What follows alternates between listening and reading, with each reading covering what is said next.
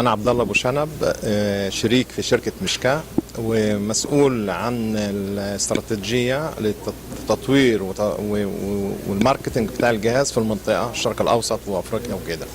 ممكن تعرفنا بقى عن الجهاز؟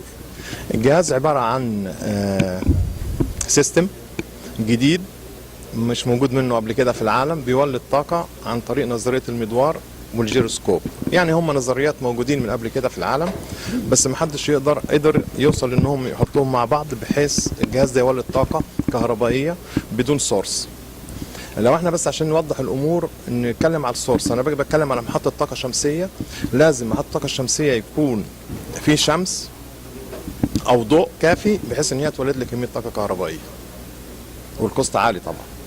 برضه طاقة الرياح لازم يكون في رياح او منطقة رياح، ولازم يكون الباور بتاع المراوح ده عالي جدا عشان تولد لي طاقه كهربائيه. ونقدر نقول على كده حاجات كتيره جدا. الجهاز بتاعنا مش محتاج اي سورس من الحاجات دي، لانه زي ما قلنا عن طريق نظريه المدوار والجيروسكوب ذاتي. طبعا احنا برضو بقالنا 6 سنين بندرس ازاي نطور الجهاز وازاي نشغله وازاي نعمل عليه تيست، وشغلناه مده كافيه 6 شهور، وتعمل عليه اختبارات بأجهزة دقيقة جدا، وأثبتت الأجهزة إن الجهاز بيولد طاقة كهربائية سليمة 100%، والباور يساوي 1 والهيرس يساوي 50، الحاجات المطلوبة يعني في موضوع الكهرباء.